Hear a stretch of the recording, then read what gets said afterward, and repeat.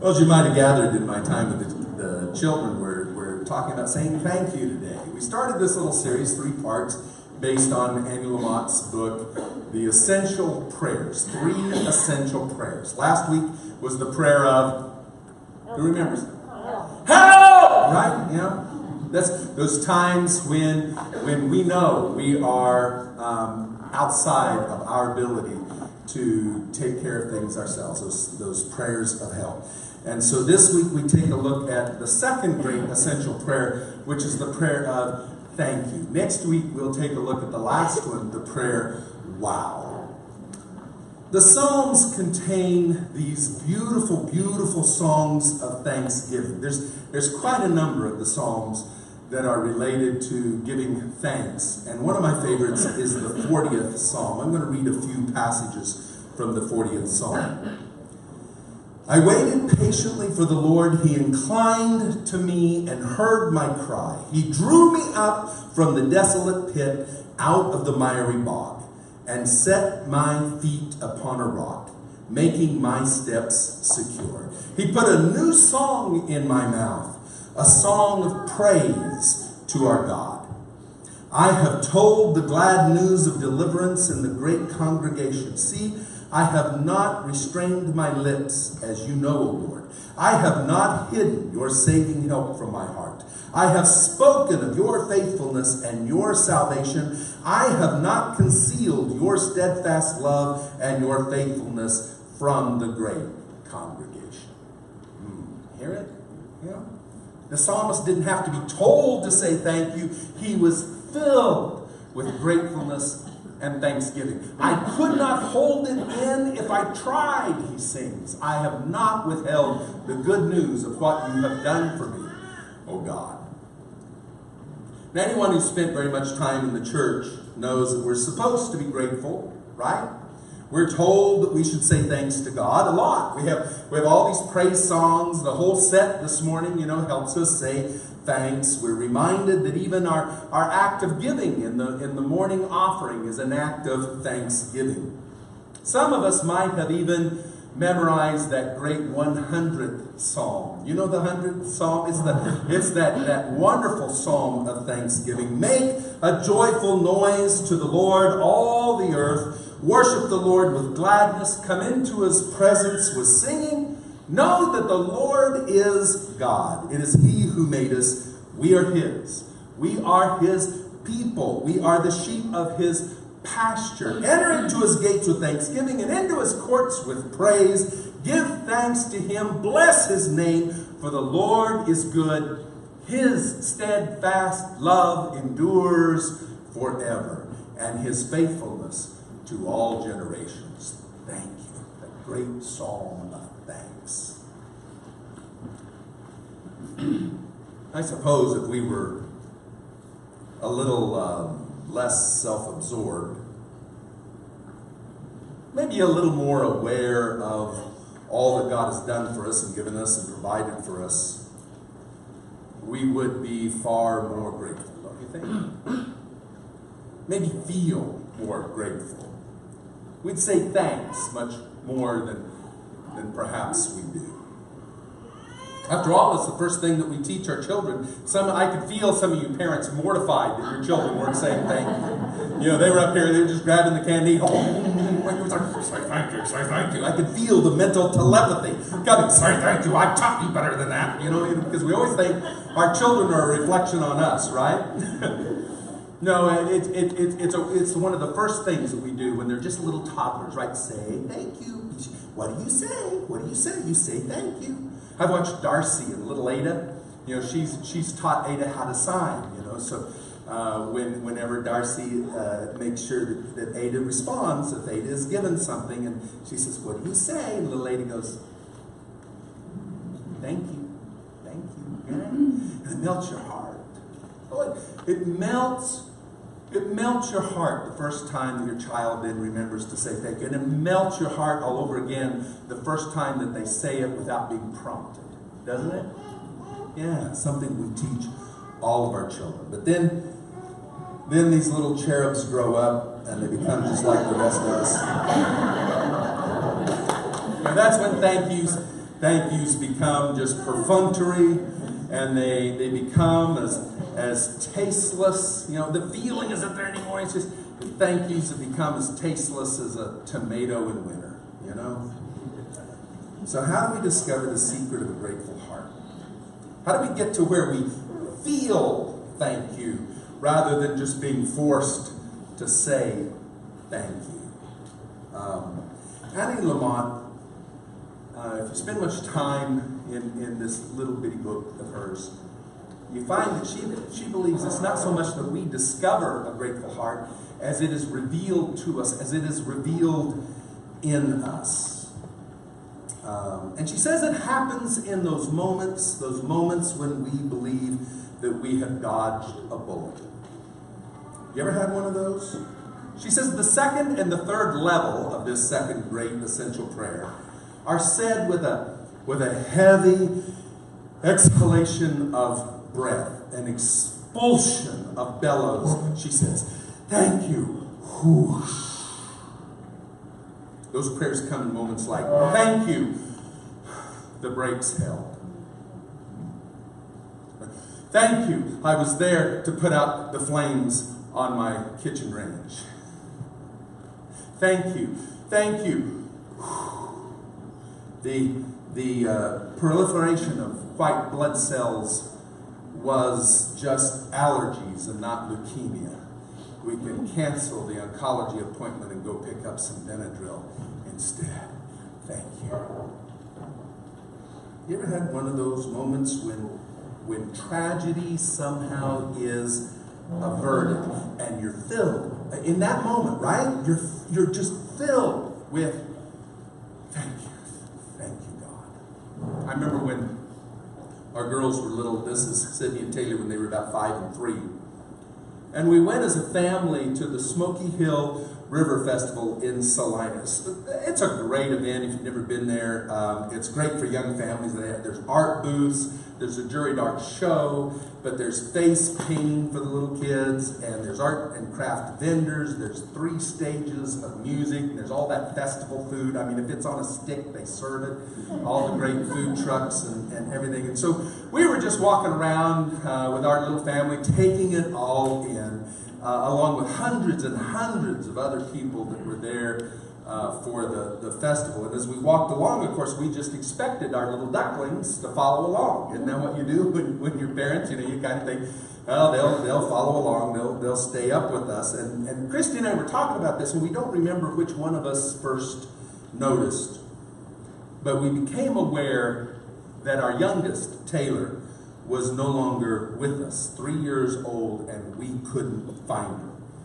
And frantic and panicked, we first went back to the playground area that we had just walked by, because we thought, well, she probably saw the playground, and just as any small child would, just think, oh, that's fun, I want to go there. We went back there, she wasn't there. And so then we really began to now look at this crowd of hundreds of people, not just as a bunch of other festival goers, but now they looked hostile. You know, what had they done? Someone in that crowd, had they done something with our child? We went back, we were retracing our steps as frantic as we could. We were asking every passersby that came, have you seen a little girl, a little 3-year-old girl? She's wearing a purple tank top and little white shorts. Have you seen? And person after person would just solemnly shake their head. No, we haven't seen her. And I don't know how long it took. It probably was just a matter of a few minutes, but for us, time stood still. You been there? And we just kept, we did one of these where we just kept going in a circle and just looking out at the sea of people and all the activity, and nowhere to be found was our daughter. And we kept asking, has anyone seen? Has anyone seen? Has anyone seen? And this woman finally comes up and says, are you the parents looking for the little girl? Says, yes. Is that her standing over there by the band shell? Sure enough, the little purple tank top. And it was her. And she was standing there by the band shell, and she was watching people dance. You know, having a good time.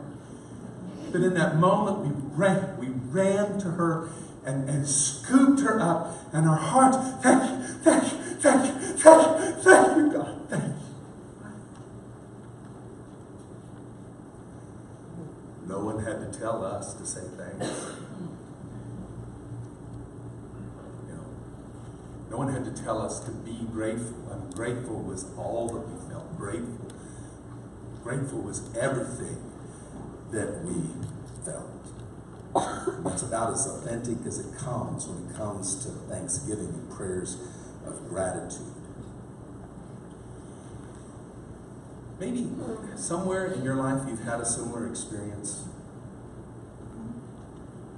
when the relief was so great, when you were filled with gratitude. Can you remember a time in your life when perhaps you averted some tragedy, maybe something that you thought never could happen, never would happen in your life happens, and you're filled with gratitude. Anne Lamott says even atheists are surprised when they're involved in some near miss or close call, and they cry out, "Thank you." Thank you to whom? Thank you, God. Lamott says she personally clutches her chest in those moments and cries, "Thank you, God, thanks," but then almost immediately moves to, "Oh God, and I owe you big time. And I'll never ask for anything else as long as I live. This time I really mean it." Right? You ever bargain with God that way? Back in the 1970s, I don't know how many of you have hair like mine can remember back that far, but there was a Burt Reynolds movie. Now this is back when he was still a big movie star. And Burt Reynolds was in a movie called The End with Dom DeLuise, his sidekick. Does anyone remember the movie The End? It was kind of a bizarre movie, dark comedy with a complex plot. But near the end of the movie, Burt Reynolds finds himself out in a bay far from the shore, and he's floundering around, and he decides that he wants to live, and he starts swimming for the shore. And as he starts swimming for the shore, he begins his conversation with God. He said, "Oh God help me. You know I'm not a strong swimmer. Help me, if you'll just help me get to the shore, God. Oh, I promise I'll make it up to you. I promise, God, I'll never cheat. I'll never cheat anybody again in business, God. Just help me. Help me make it to the shore. Oh God, if you'll help me make it in, I promise I'll give you 50%, God. I'll give 50% to the church, God. Nobody gives 50%. Just help me, God. Help me."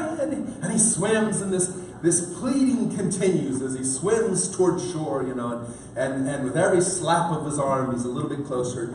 And finally, he gets close enough that the shore is within his grasp, right? Maybe just from here to those back doors there. And he modifies his conversation. "Oh God, thank you. Oh God, I knew you'd help me. And God, I promise I won't cheat anyone. Right after I got those 90 acres out in the desert, God, but after that, I promise I won't cheat anybody ever again. And God, just as soon as I get to the shore, as soon as I get in, God, I'll begin giving that 10%. Oh God, I know I said 50%, but God, I told you nobody gets 50%, but I'll give 10%, God, if you'll just help me make it to the shore."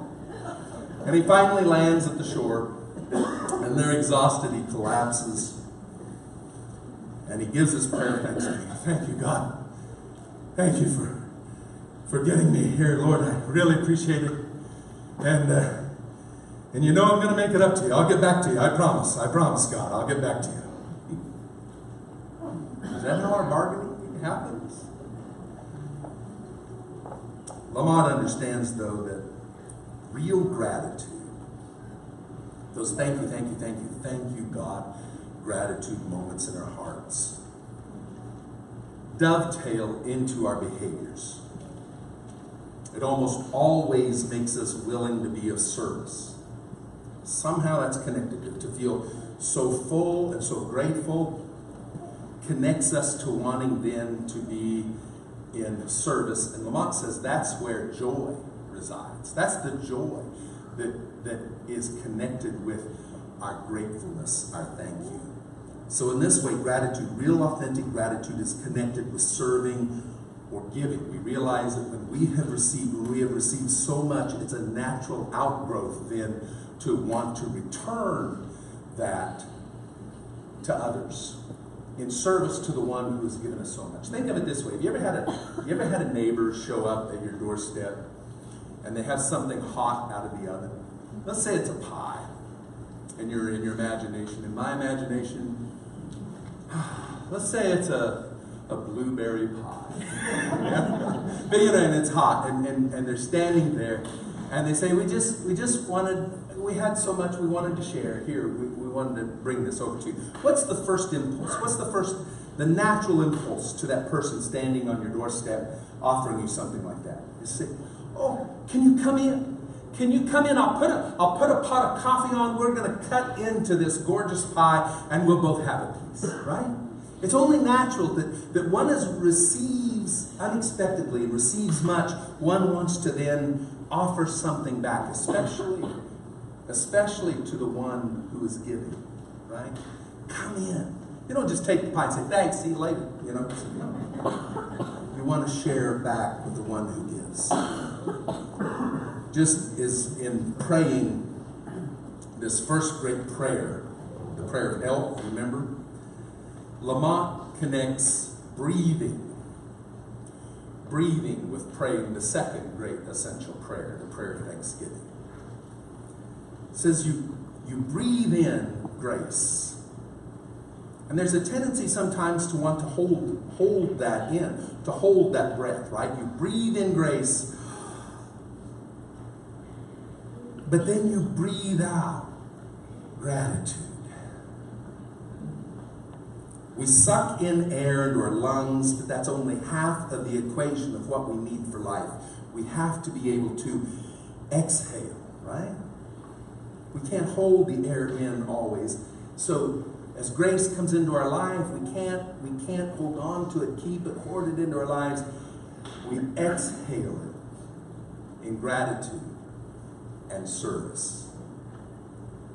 Learning to do that every day, not just waiting for those big rushes of relief that cause us to be filled with gratitude, but learning instead to see all of the little graces in life.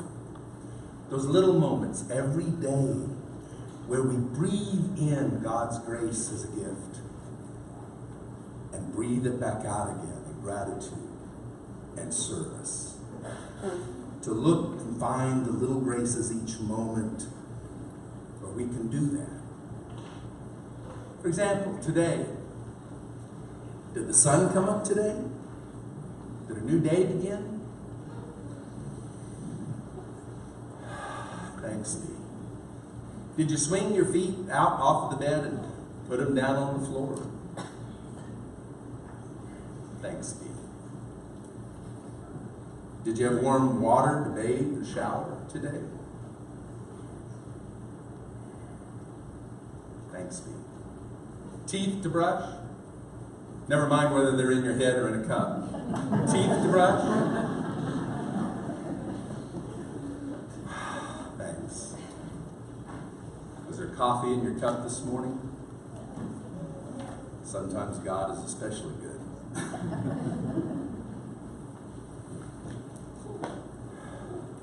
Thanks be. There are some that say it's in those little things that we come to finally be thankful for the big things. Lamont says, no, that's backwards. It's in those really, really big moments, those thank you, thank you, thank you, thank you, thank you, God moments that fill us up with gratitude, that help us recognize that same gratitude exists when we begin to recognize and see the common everyday graces in our lives. The graces that come moment by moment, day in and day out, come just as regularly as the air we breathe. So in the rhythm of life, we can begin to breathe in grace, the gifts from God. Breathe out gratitude. Breathe in grace. Breathe out gratitude. To breathe in grace and not forget to exhale. To breathe out gratitude. And then Lamont says, doing that, day by day, sooner or later, saying thanks like that will move you to a crazy thought. And that thought is,